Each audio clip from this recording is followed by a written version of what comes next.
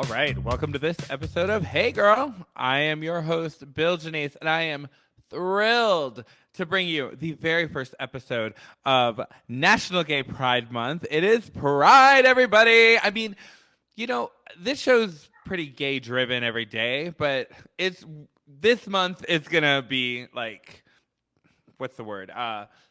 Accelerated. I don't know. Anyway, so in honor of Gay Pride Month, I couldn't be happier to have today someone with me who is an absolutely fabulous artist, an innovative person. He is a content creator. He's a social media influencer. He's a communications major, and he studied LGBTQ studies.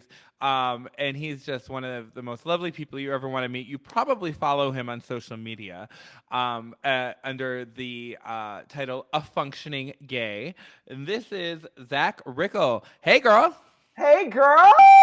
I love it. I'm so happy you're here. I am so happy that I'm here and that you're here. Finally, after a couple snafus, if you will. We did, yeah, no, and that's the thing. I mean, you know what? Good things come to those who wait, I guess. That's I don't right. know. That's right. Full disclosure, just so the audience knows, this like a lot of interviews, a lot of, there's scheduling involved and conflicts, and Zach and I have been talking about doing this for a while. So I'm really glad that we were able to get it locked down today. So welcome to he's coming to us virtually from Royal Oak. Or no, Grand Rapids. Grand Rapids, yeah. Yes. Grand Okay. Rapids, yeah. Sorry. He's coming. He's also a Michigander. I'm natively from suburban Detroit. So I feel a sisterhood with you. Yes. Oh my God, absolutely. Yes, girl. So he's coming to Grand Rapids today. Basically, it's you, me, and Madonna, just three best friends. I know. I mean, squad goals accomplished, right? Absolutely. She wanted to be here today, but the time difference didn't work out. Exactly. She's actually celebrating her dad's birthday in Traverse City, apparently, right now. Yep. So I was like, guys, you can celebrate his 90th birthday. Exactly. I know. Could you believe that her daughter, I mean, I know we all remember when Lourdes was born, but you know how we always don't want to believe we're the age that we are? And the fact that her daughter's she's at U of M, right? Or she graduated already? I don't know. Graduated from U of M. She graduated. Oh, Jesus. Bill, this isn't okay. I'm glad that you brought this up because especially lately, because my birthday is actually just in a couple weeks, and I will be turning 36. Hey, girl! Oh, girl, she's 36. You don't. Well, listen, I'm 39, so we're there. I'm there with you. I mean, you're better. I'd rather be 36, but yes, I'm just saying we're in the same bracket, so I get it. We are in the same bracket, and it blows my mind. Like there are things that constantly come across my mind that I'm like, oh, when I get this age, and then I'm like, you're actually past that age. It's so bizarre, and it's so, especially with Madonna's daughter. I remember growing up, and I remember when she was born. I remember like during the whole Ray of Light era, like obviously that album was like inspired by her. My favorite Ray of Light. Her album, hands down, my favorite was Ray of Light. Same. Got it. Ray of Light. Oh my God, we're right here. It's right here. It's quicker than a ray of light. We are flying. And let me tell you, like it's wild to think about how she is no longer that baby that we saw in the photo shoot, and is now a grown woman of her own, and Madonna is celebrating her dad's 90th birthday. And I love that we're talking about her like we're friends. I know. Well, it's like, when us ourselves, like when we're younger, and maybe like, let's say like, you're at like a family reunion or something, and there's always that distant aunt or uncle that's like, oh my gosh, you're growing so fast. And when you were a kid, you were just like, yeah, whatever, old lady. But now we're those people. Right. It's wild. We're the ones that saying, oh my God, she's so old already. Because we want to just remember her being a baby. Yeah. It's wild. And I feel like, and especially with this last year, I don't know about you with COVID and everything, but I feel like this whole last year was like non-existent. Like all of my memories of like everything stopped. Yeah. Everything stopped, and all of my memories of last year were actually 2019. So it's really weird how like my mind is working with time, and I don't know. Yeah. Yeah. And I feel like this year is just flying by. Like I cannot believe we are in June already. It's blowing my mind.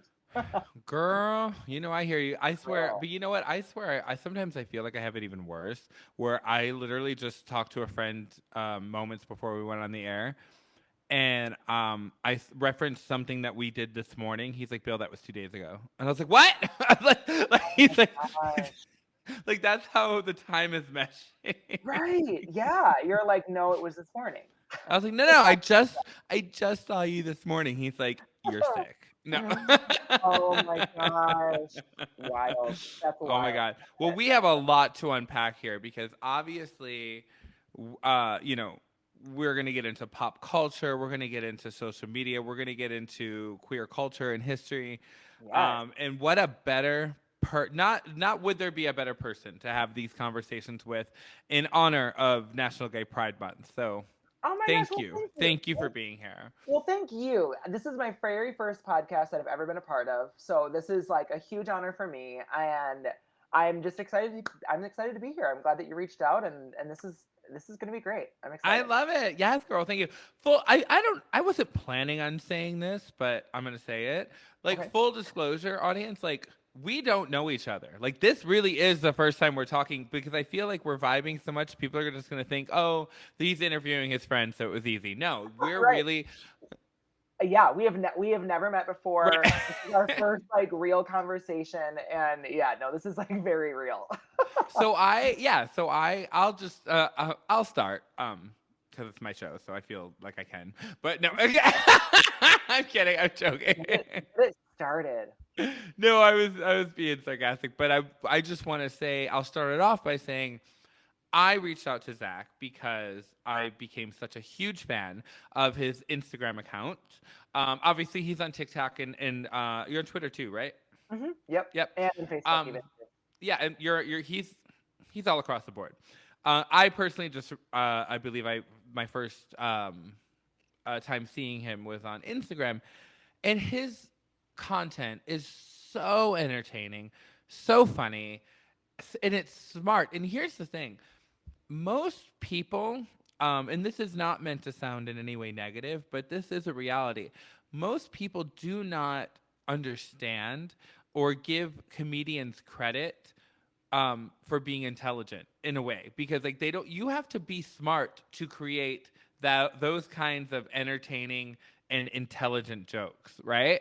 Yeah, wow. Thank you. Well, first of all, thank you. I appreciate that.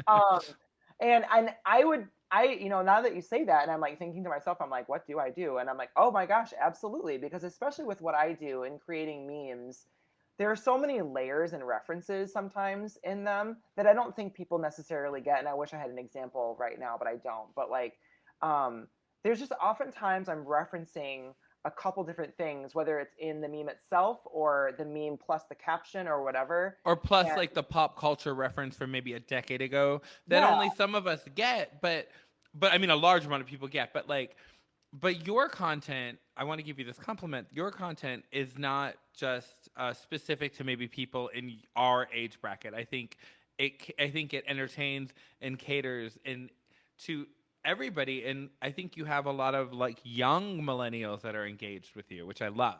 thank you. Yeah, it's wild to see how this account blew up. Like that my intention my when I started it in August of 2019, and the intention was I just wanted I I have another Instagram account that I use that's more like professional because I'm a videographer and a graphic designer by trade, and it's very heavily curated.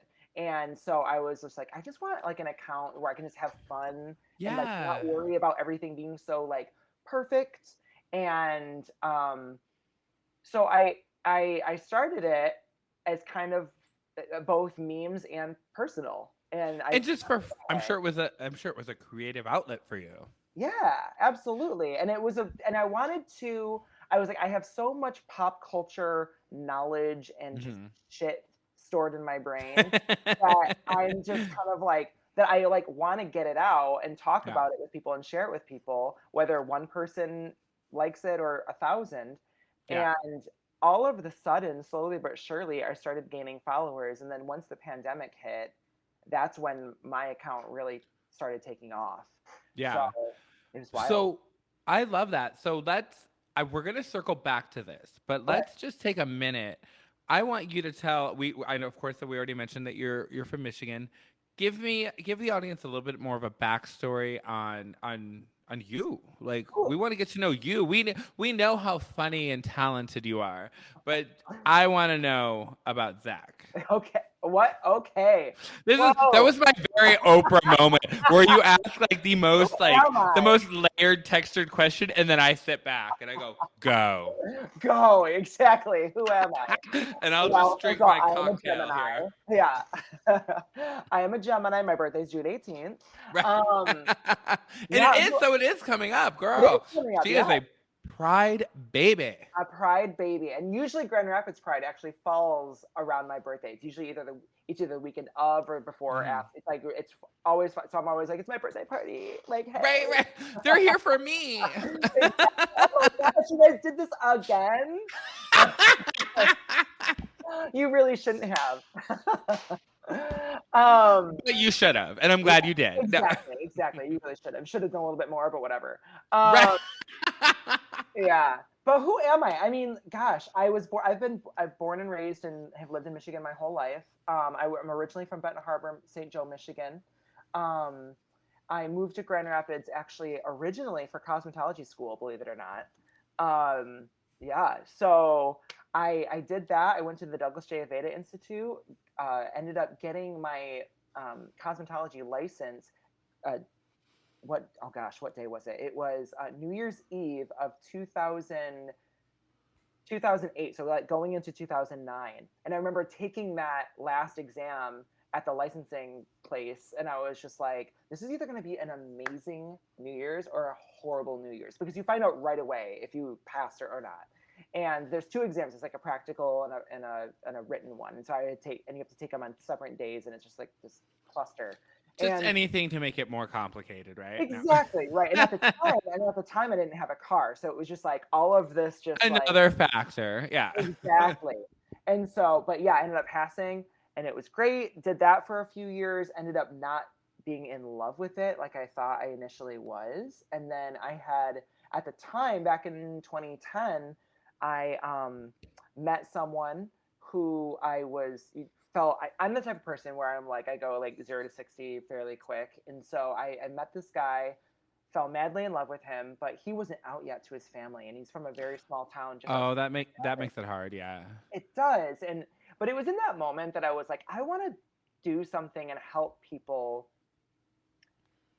be themselves and be comfortable, and I want them to know that being gay or bisexual or pansexual or trans or non-binary or whatever is okay, right? Sure. Sure. And because it was really excruciating, and it was also heartbreaking because I mean he ended up breaking up with me, and I was heartbroken because I was so head over heels. So I ended up moving back to my hometown of Benton Harbor for 1 year just to kind of save up money and kind of like figure stuff out, Sure. Yeah. Sure. You can and say shit. It's okay. I'm gonna say shit. I'm gonna be naughty. And Side note. I just have to say because it's funny. Like I did ask Zach, but I asked everybody, so it wasn't specific to him. Before we started recording, to I just respectfully let's all keep the language down, and that's really more of a reminder for myself because I do have a potty mouth. And then we started laughing, and I was like, you know what? No, I think in our context, sometimes when we say shit or bitch or whatever as gay men, it doesn't have the same connotation or weight as it does coming from somebody else. yeah, So, yeah. absolutely. So shit. There we go. So shit. Tell us about the shit, girl. Shit. Yeah, and so I was just like, so I moved home and I was just trying to figure out my life, right? And then I decided that I was going to go back to school for communication studies and figure out like if I can find a way to weave in LGBTQ issues with that. Sure enough, once I went to Grand Valley State University, they had just started an LGBTQ minor. Oh, So I love it. I love it. yeah, and I think I was the first class to graduate with that minor from that school. So Hey, girl. So I Yeah. know. So I invented LGBTQ people. I So you invented. did, ladies and gentlemen. There it is. We've I got the invented originator, the invigorator, the to ring it. everything. Yeah, Yeah. exactly. I feel like you could also say "Hey, girl," in any context. It could be a celebratory, like "Hey, girl," or Hey girl or it could hey be a girl. greeting, or yeah, it could be judgment, like "girl," Yeah, or what, like "girl." No. exactly. It just has so many meanings, so many different variations. It's Yeah, I mean, so that's kind of how I got my start, and then I graduated. So I was a non-traditional student as far as college goes, and I graduated when I turned 30 with my undergrad, and I don't have anything higher than that. Like, if anyone wants to pay for it, by all means, but I'm not paying for it. And but yeah, I then kind of my world kind of went in a full circle in a way, and I started uh, doing like this communication specialist role at a salon, where I didn't do hair. I was just helping with their front desk and helping with kind of curate their customer experience and stuff like that. And then there is where I got into videography, and I started creating creating videos on my phone. And from there, I at it and became, for lack of a better way to describe it, my videos were very much inspired by like music videos and or like backdrop pieces that you see at pop concerts, things like that. So there was definitely like this very flashy um, editorial vibe that I gave all my videos, and it caught the attention of my current employer, which is the YMCA of Greater Grand Rapids, and I am now a videographer. I love that. Yeah, Wow. yeah, so it's really cool, and it's really cool because my dad was a photographer and a videographer. Um, Definitely did it more on the personal level. Towards the end of his life, he was doing it more on a professional level. But it is really cool because I would have loved for him to see where I've gotten now. Sure. Yeah, But don't you think this is just a perfect example of like, don't you think that when you are just authentically being yourself and following that gut intuition, even if it doesn't make sense on paper, so to speak, you you progressed into these roles that you had maybe never considered before. Like you were like all of a sudden, oh, now I'm a videographer. Oh, now I'm working for what, everything. absolutely. And what's really wild about it all is that I've had so many. No, you don't have enough experience for this. So many people saying, no, you aren't a videographer. And I even still have sometimes, like, I struggle to this day being like, I'm a videographer because You are. right. I am, but like, I am, girl. I am, girl. What you talking about? But my approach, my pathway to it was so you know, Traditional. non-traditional, yeah. And so, but absolutely, like just sticking to your guns, and me, struggling to find full-time work for 3 years after college was, and being in my 30s of all things, like, but I knew deep down that I needed to stick to myself, like, and what I wanted, because Mhm. I would have been so upset and unhappy if I did, a traditional, and this is no offense to anyone that does like a traditional, desk job or things like that, but like I just No, know of course not. that wasn't going to be me. Well, I think that I can relate a little bit in that regard because, I also grew up in a similar area as you. Right. And Which wait, where did you um, go again? Harrison Township. So, right, like just like 45 minutes north of Detroit, like Metro Beach area, St. Clair Okay. Shores, that kind of there, Wow. right? Yep. Love that. Yep. And, the thing of it is, and I'm going to make a Carrie Bradshaw reference right now of like the Sex and the We City love it. reference. We love it. Yes.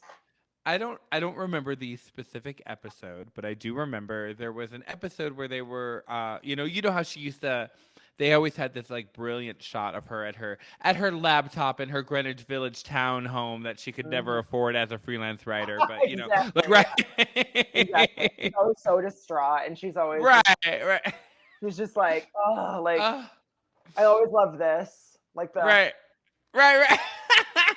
And like she's always in probably some like Yves Saint Laurent like nightgown or something. You know what I mean? Like, you know, like where it's like Yeah.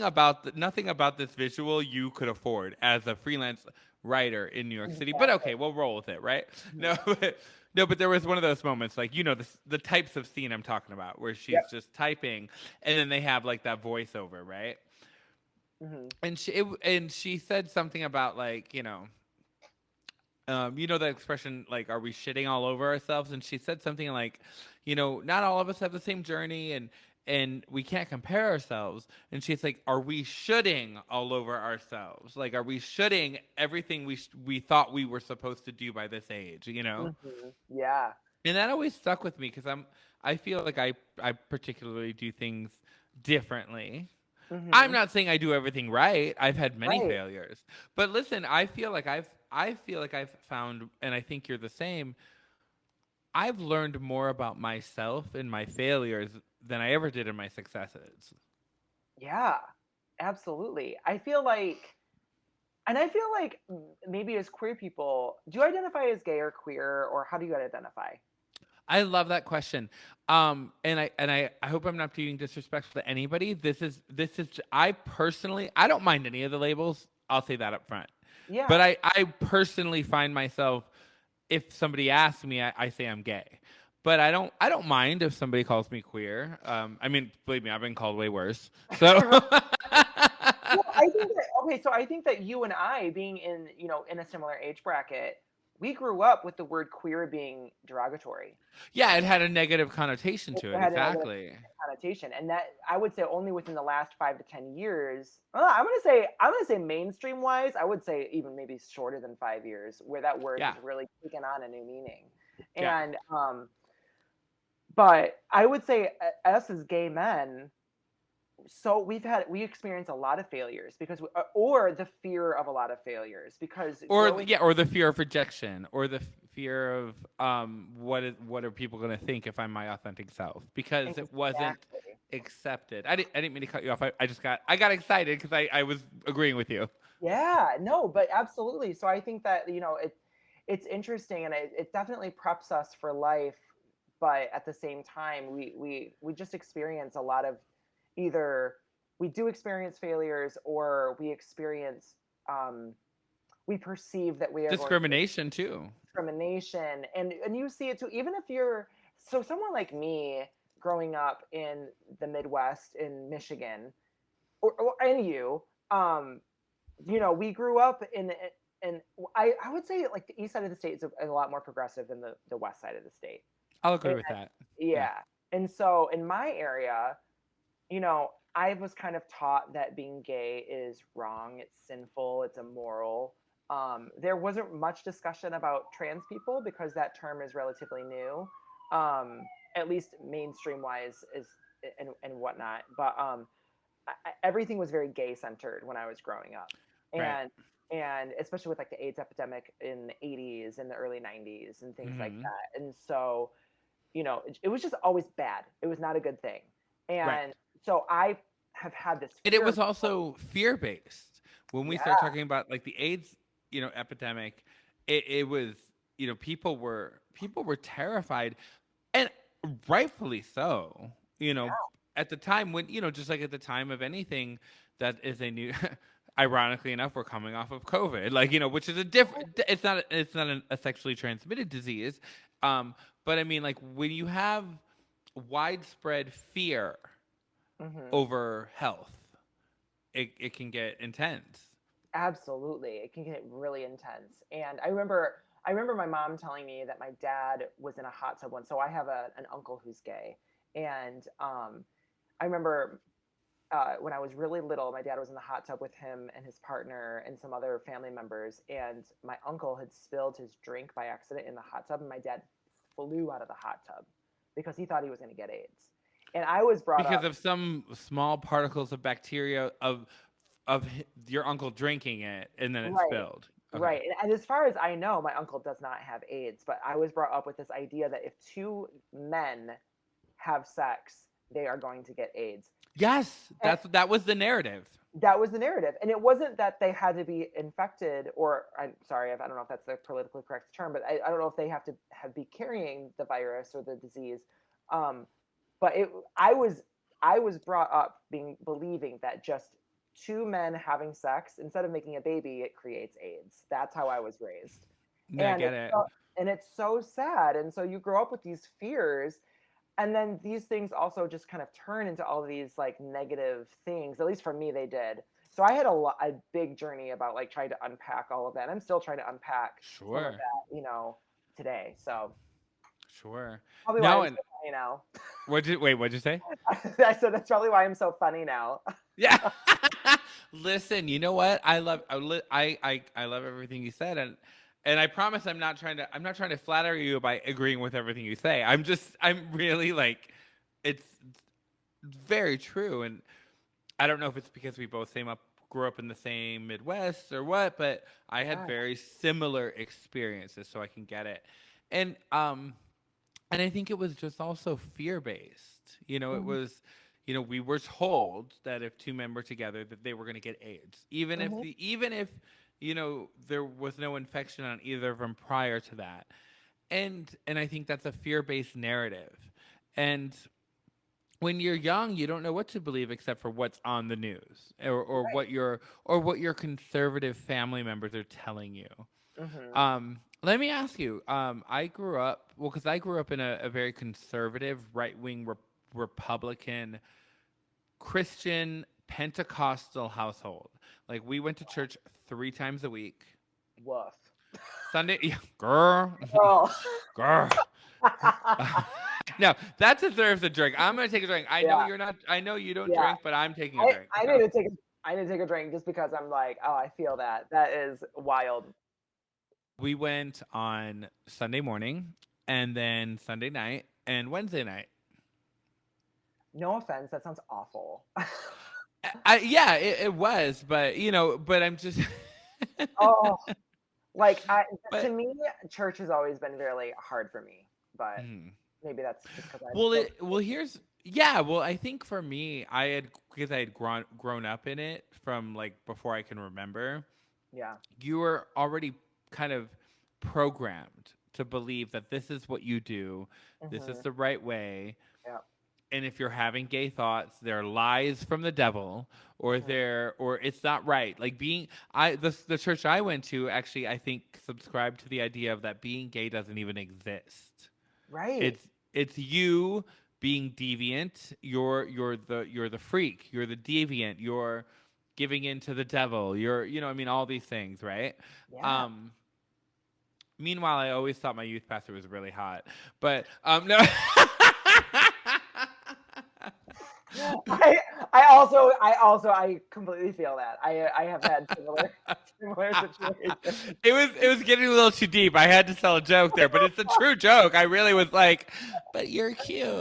You're I'm so like, "You can't tell me you haven't had a few dicks in your mouth." No, right. no, Exactly. Yeah. Exactly. Right. And he probably did. He probably did. Let's be probably did. honest. Mhm. But Actually, I've got to start. Let's circle back to let that. I actually have a let's story. talk about it. Yeah. Well, I mean, no, we could talk it now. Yeah, I mean, tell me now. I guess before we circle back to it, I guess the question that I would like to ask you in this moment, if you're okay with it, Yeah. is that where do you, um, I got to think, forgive me, I got to think of the best way to word this. Sure. When growing up as we have, Hmm.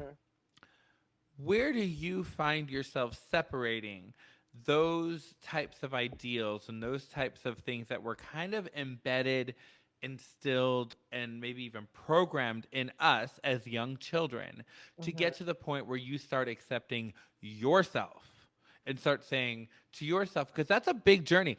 I always remember having thoughts about other boys that were my age when Hmm. you like around the time you start going through puberty, right? Yeah. Um, it was never about girls ever, but the whole time I kept internally condemning myself Hmm. because I'm a sinner, I'm wrong, I'm going to hell, I'm Right. hateful. No one will ever love me, and I can't tell anybody this. Like, Hmm. how for you did you get to that point where you were like, no, I'm not going to subscribe to that idea anymore because it's completely inaccurate? Right. Firstly, I have to say, when you said that's just now, it made me think of the Oprah interview with like, were you silent or were you silenced? And it was just, the cadence was perfect. So Honey, shout out to you. you can compare me to Oprah any day of the week. I hope that I am the gay Oprah one You day. are. Yes. I also I will root for that so hard.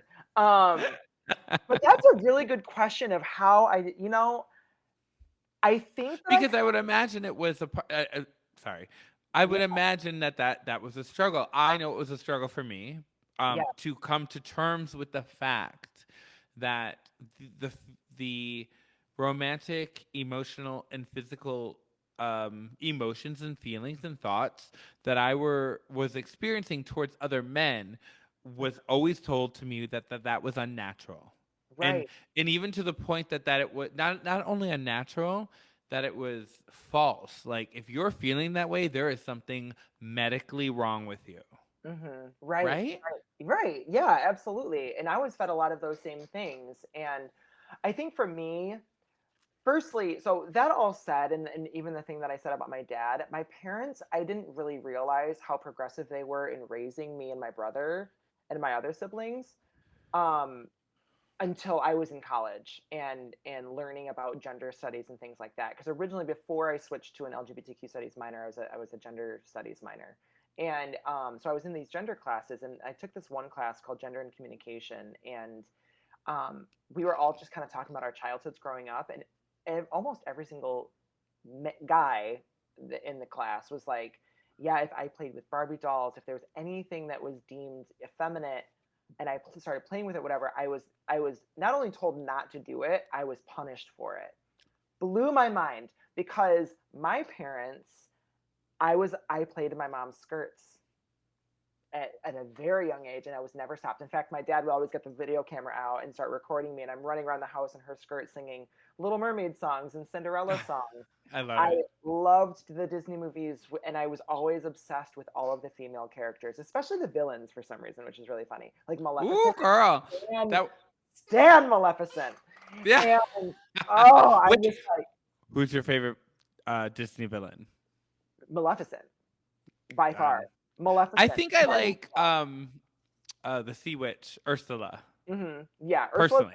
Ursula is a close second, but Maleficent, I've always found her just so iconic. This is so bizarre and weird, but I've always loved like drapey clothing. So I love that. yeah, so I mean, what Maleficent is just like a walking cape, and so I was like, She's the manifestation of your imagination. I love that. exactly, yeah, exactly. And so, but yeah, so growing up, I had this really weird mixed view of like be yourself, but also being gay is wrong, right? And then, It was like be yourself, but only under this umbrella. kinda, yeah, like it was just kind of like because my parents always encouraged me to follow my passions, and I was always an artistic child, and so I was always into drawing and trying to go that route while I was in school, and or dancing or music, and that was never discouraged. And everyone else that I've known kind of growing up, that was never encouraged, or if it was encouraged, it was behind closed doors, like that was never like talked about. So but yeah, growing up, I've always had this sense of marching to the beat of my own drum, and I do want to give, like, as cliche or as cheesy this might sound, I do want to give Madonna some credit there, because with all of her songs, and I'm a huge Madonna fan. You probably will never meet a bigger Madonna fan. And so with all of her songs being about, empowerment and self-love and acceptance and being strong, I think I've always had that in my brain, that Hmm. you have to be yourself, and like why would you ever be anything else? Um and again, with this interesting environment that I was raised in, where it was like okay to be myself in certain ways, I had the very, I guess you could say, I have a privilege of the fact that I kind of knew deep down that if I were to eventually come out one day, because I think so let me backtrack a little bit. When I was really young, probably around the age of 4, doctor, with the neighbor kids. Okay. And that's kind of, and the neighbor kids were quite older than me. And that's when I kind of learned about sex and sexuality. Or I shouldn't say sexuality, but I learned about sex. And the Sure. male part of sex always intrigued me more than Sure. the female part. So Sure. that's kind of when I first knew. And then I learned about what being gay was when I was, like, the actual term gay, probably around the age of 10. And I loved the Power Rangers. Loved, I think it was Zach and Tommy from the Power I think Rangers. we all did, girl. Yeah. Like, give me that Green Ranger. And Right. I'll play his flute. and and so I remember saying in the car, just out of nowhere, I said, "Oh yeah, I think Tommy's cute." And my sister, well, she's not my sister. But at the time she was my sister. And and I was throwing some shade there. But she goes, "Ew, you're That's gay." okay. You didn't say her name. Do you want to say her name? No, I don't. Okay. And So then it so was no shade. It was no shade. exactly. And so uh, she goes, "Ew, you're gay," and I immediately started bawling Oh, because the wow. way that she said it, and then the way that both my dad and my stepmom reacted at the time, I knew that it was the worst thing anyone could ever say or do at that moment, right? And so that was where I just started getting all of these mixed ideas about what being gay was, and everything. So it was definitely bizarre. And So like, why was it wrong? And like, yeah, why? Yeah, right. Yeah. yeah. And then I was raised, and then I went to school in a Lutheran school from third grade through ninth grade.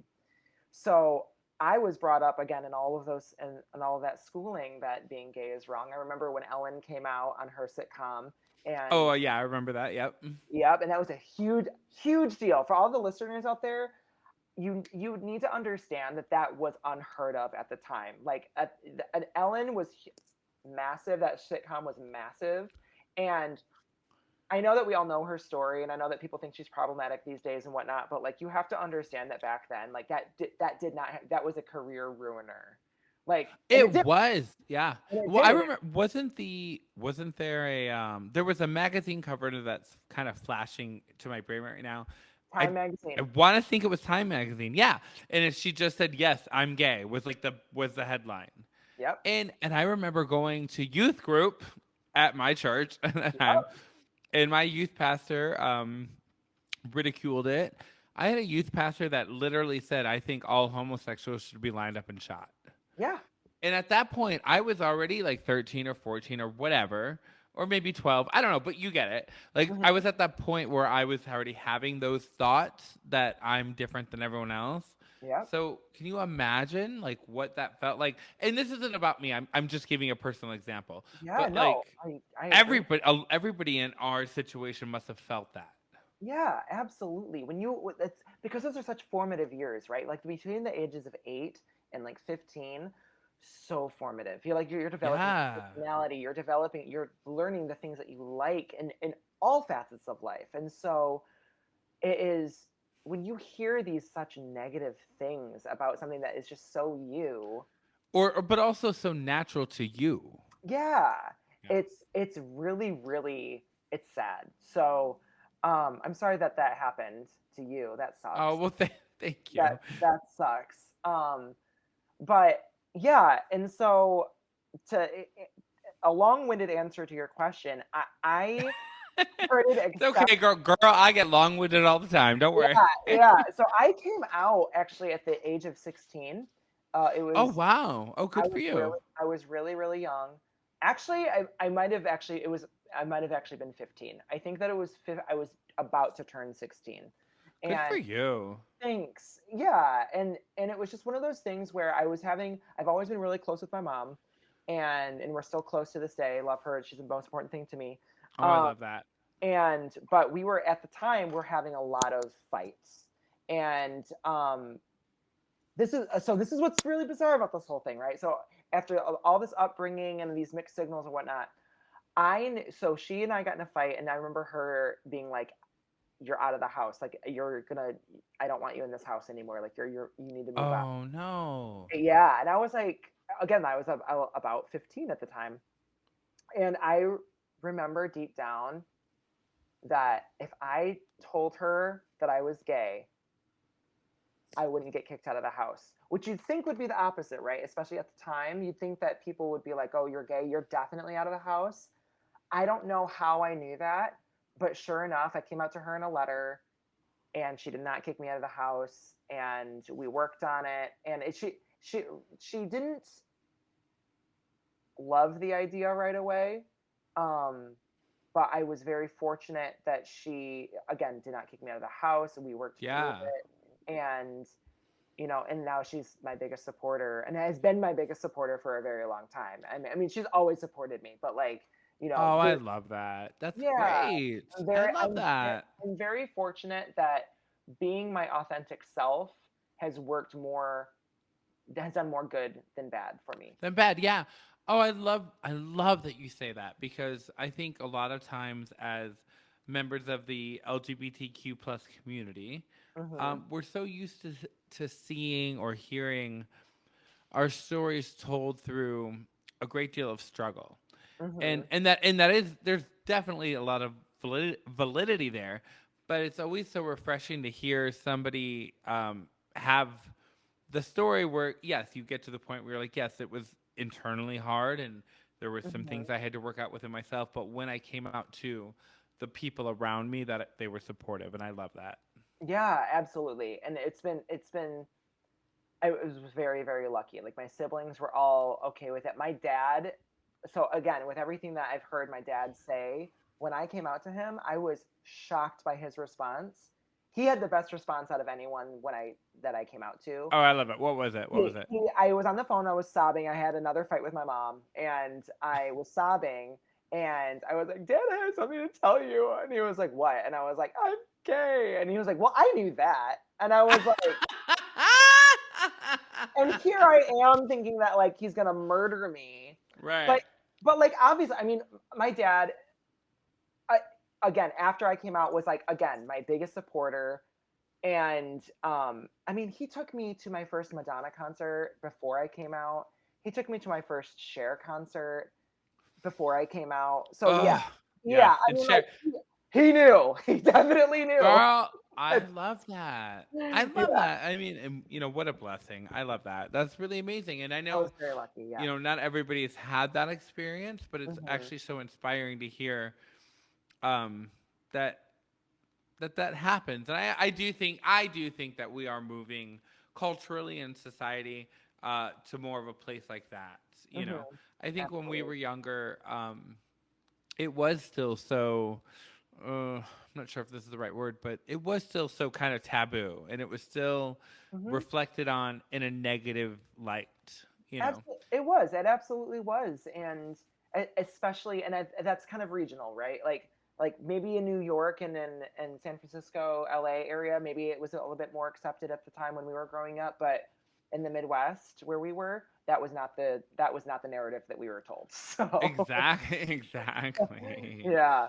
Oh, but I love that. I love that. Hmm. Um, Even me with my coming out story, I have an older sister, and I hadn't quite talked about it with her yet or anything. For me, real quick, my story was is that yes, I grew up in Michigan and was doing the thing, right? I Hmm. was a ballet dancer. I mean, how could you not know, right? But Love. like, We love it. but I mean, yeah, and yes, of course, full disclosure, there are straight ballet dancers, but I'm just saying, I was already me loving Cher, Madonna loving me, Yeah. wearing glitter everywhere, and a ballet dancer. It's like, come on, all right, come on, Right. right? So, um, anyway, I couldn't come out to my family until I had already moved away. I personally needed that that distance slash detachment, I guess, Sure. um, from the current situation, because I personally felt so consumed with all the ideals that we just talked about, where that it was just this was just not right or normal. This wasn't normal, right? Mhm. Right. Um, and so I moved to Chicago, where I felt like I could be the nearest big city that I from Detroit, that I felt like I could be myself. Hmm. Um, And then I never really had a big coming out moment there because, I mean, I'm me, so people just assume like I act the way I act, right? So Yeah. like, Yeah. I so mean, so there it was like, all right, the friends I met, it was always just assumed, accurately assumed and reply and implied, mhm, and so my coming out moments, so to speak, were over the phone with family members to finally be like, no, like this, I need to tell you this, right? yeah. And and I do remember the one funny part of this is that I did want to mention is that my older sister, I was talking to her on the phone one day, and I'm in Chicago, she's in Detroit, and I was always very careful about what pronouns I used because I was still trying to hide that my homosexuality from her because I Yeah. also felt like I wanted to tell her in person and et cetera, all these other reasons. Sure. And we were talking about a date I had gone on, and I was very careful not to just switch the pronouns. I was like, but not necessarily switch them to female. I was Uh-huh. just like, she's like, oh, you went on a date? I said, and she's like, how, like, what did you think? I was like, it was cool. We had fun. Like, I didn't say male or feminine pronouns, right? Yeah. And it Yeah. was really, really funny because she actually called me out on it, but unintentionally she caught herself. She's like, well, why don't you think you like him? I mean, her. Why don't you like her? Like, You're like, that is my story to tell. Oh my gosh, that's kind of really sweet though. that was very sweet. Telling my mom was not as sweet, but my sister, that was really fun. Yeah. Oh, I'm glad that you had that. Yeah. It's so challenging. Even if you know, even like me, like deep down knowing that like I things were gonna be okay, it's terrifying. Because you assume the worst, right? And so Totally. Yeah. and because you have to brace yourself for that. It could be the worst. And I know, and we And probably it both could know be for some people. Yeah, for exactly. some people, we both know people, I'm sure, who have had the worst happen to them, and that's Yeah. super unfortunate. But But then that's when, not to say that it makes it better, but just to add on to that, is mhm. that that's when I think what we talk about in our community, that we choose our family. Yeah, absolutely. So, Like Rina and Sawayama says, chosen family. yes, girl. And, and I'm grateful for them. I'm grateful for the people that I chose to be the family, and I'm sure Yeah, you feel the same way on your end. absolutely. Absolutely. So tell me, all right, so let's talk about a functioning gay. A functioning gay. How do Like, you cause become one? yeah, exactly.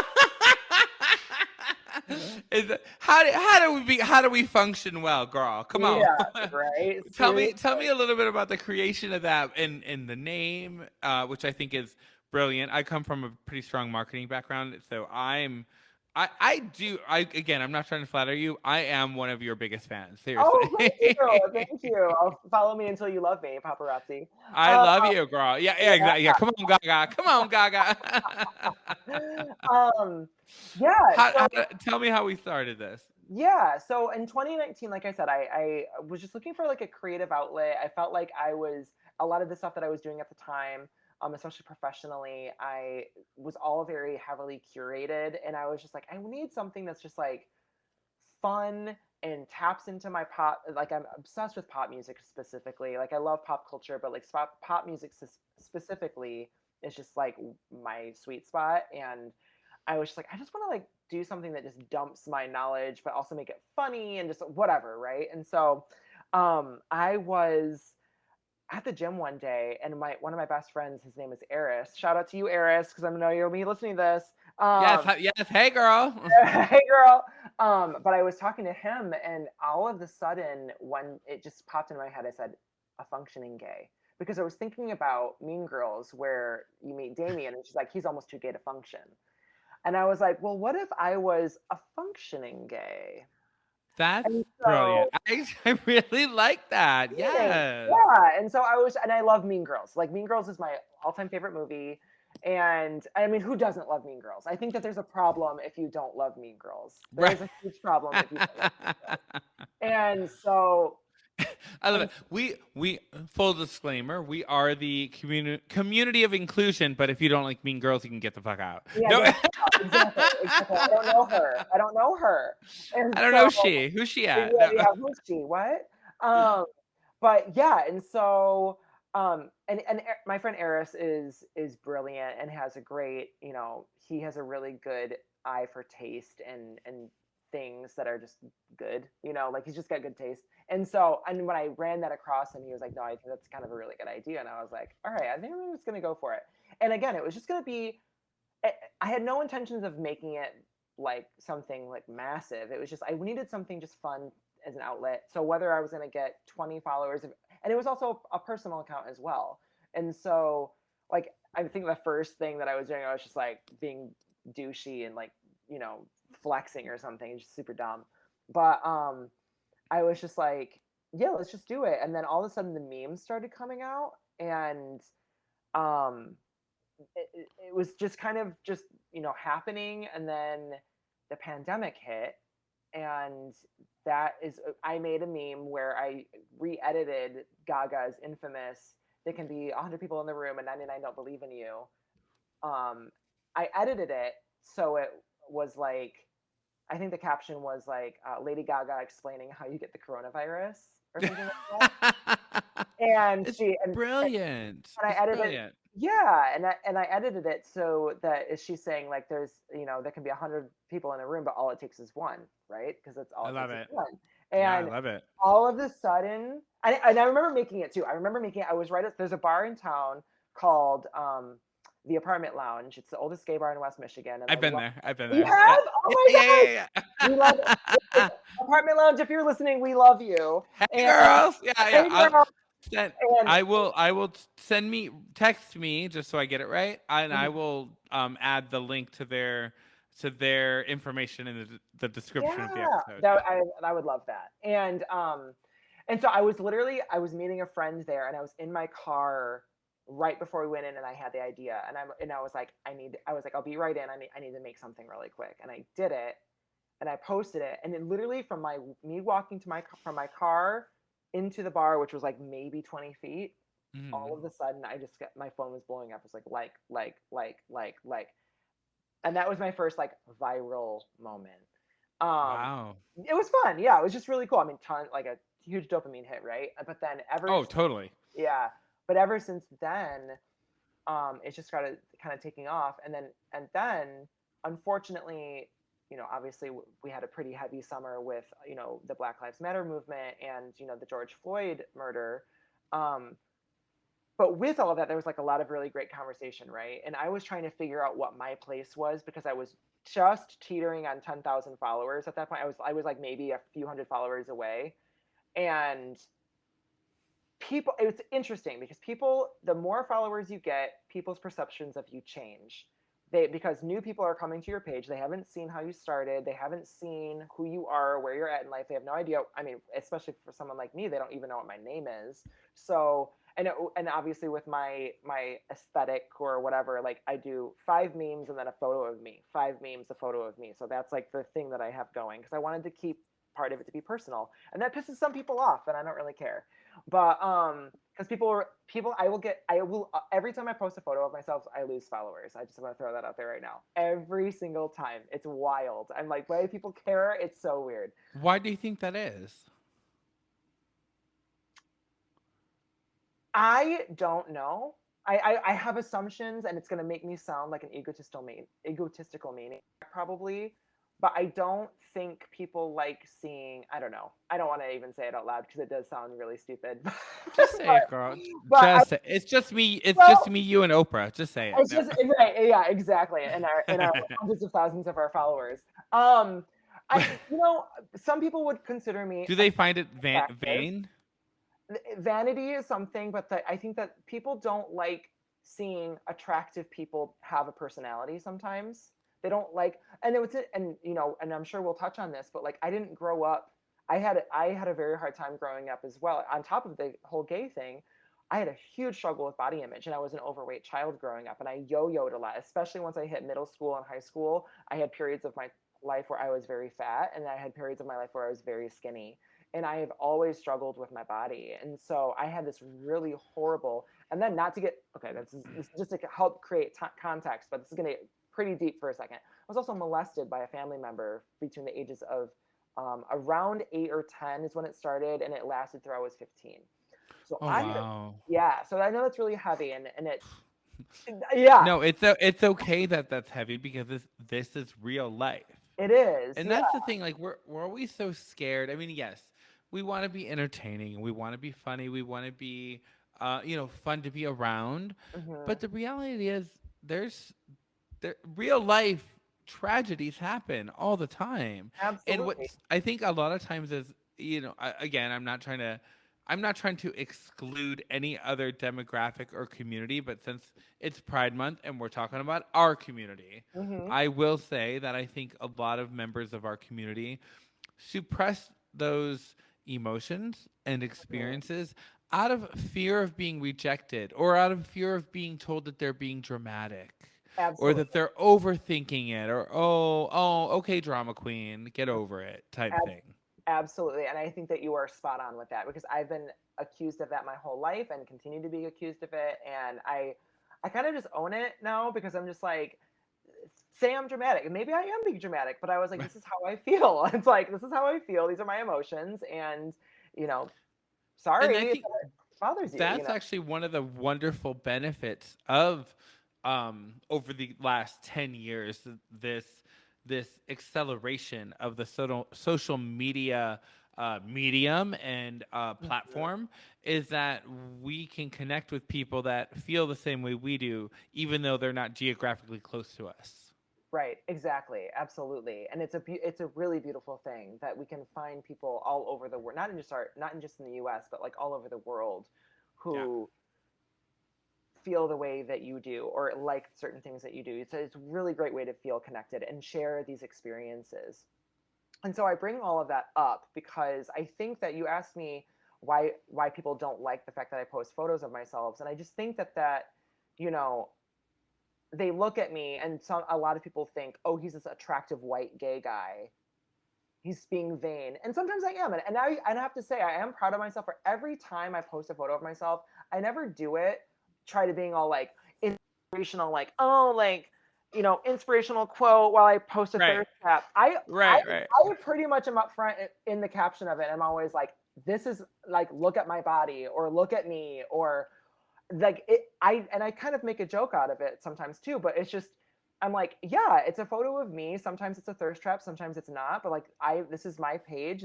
It's a personal account plus memes. So I was like, it is what it is. Like it doesn't, and so it confuses people. It's so bizarre, and I'm just like, why does it have, it doesn't need to be any deeper than the fact that Right. it is what it is. So that it's memes plus photos of myself from time to time. So like, Well, I mean, you know as well as I do that that's their insecurities or their issues. The people that mhm, are having that reaction to that. right. Hmm.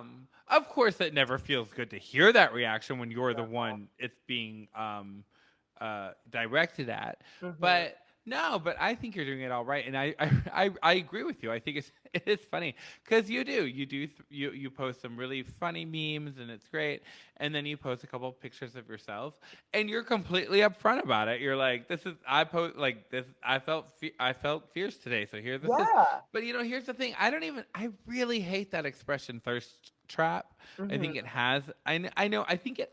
To be fair, I think it definitely started in a harmless way, but I Sure. think I think it has become another term that has a little bit of a negative connotation.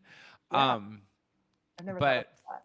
whatever it's worth, I've never perceived any of your content in a negative way.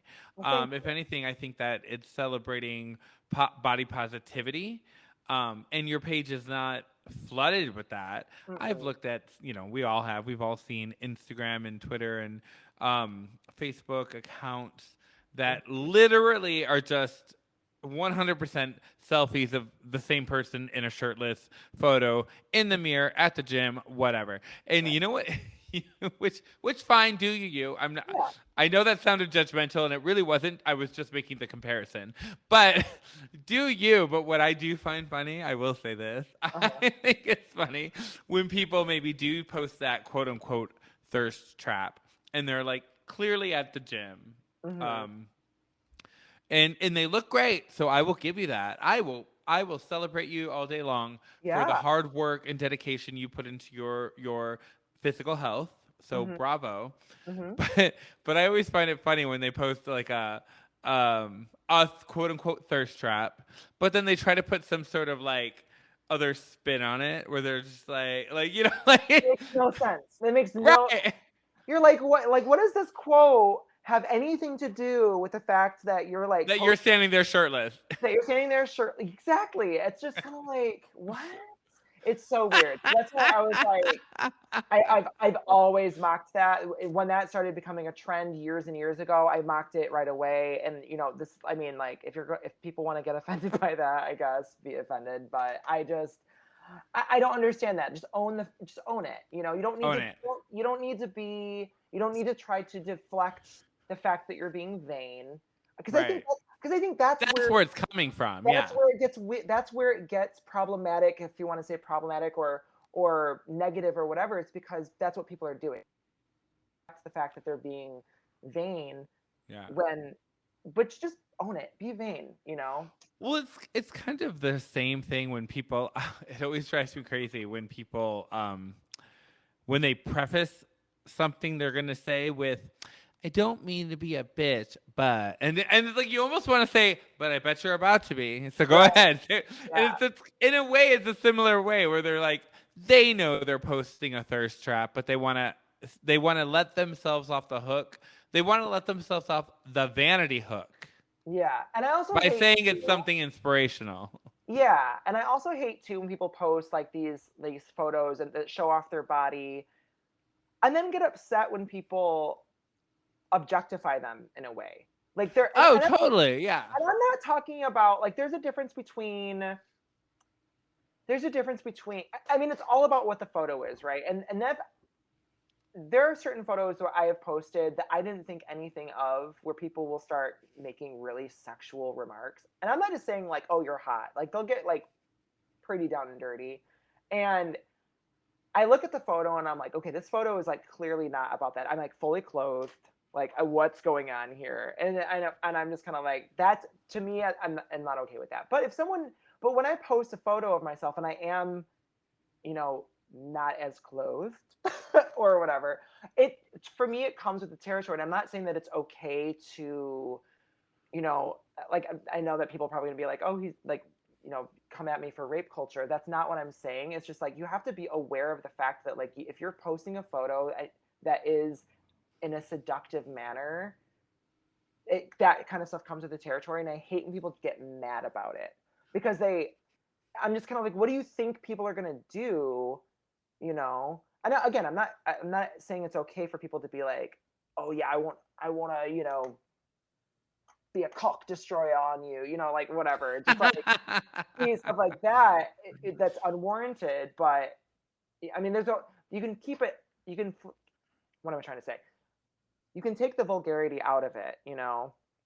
When you do, Listen. Being sexy and confident doesn't have to be trashy and vulgar. yeah. And so, but it's like when you post these photos that are a bit more explicit and do straddle the line of um I don't want to say vulgar, but they're sexually open, right? And then these influencers get mad at people for objectifying them. I'm just kind of like, what? Like, what did you think was going to happen here? I just don't Yeah. understand. Well, that's actually you're touching on a kind of like a subcategory of that conversation too. Yeah, Yeah, which is a whole nother conversation. But yeah, yeah, like, yeah. It's so yeah. um, So where sorry. where somebody wants to sound offended that people are objectifying them when they posted a picture of themselves in an objectifying way. Yeah, I don't know. yeah, right. And I'm like, and it's on a public page. Like, I don't know. Like, I don't Right. know what it is that you're trying to do, but whatever. Well, listen, since we're here, Yeah. I'd really love to talk to you about your personal struggles and personal experiences with body image. Yeah, absolutely.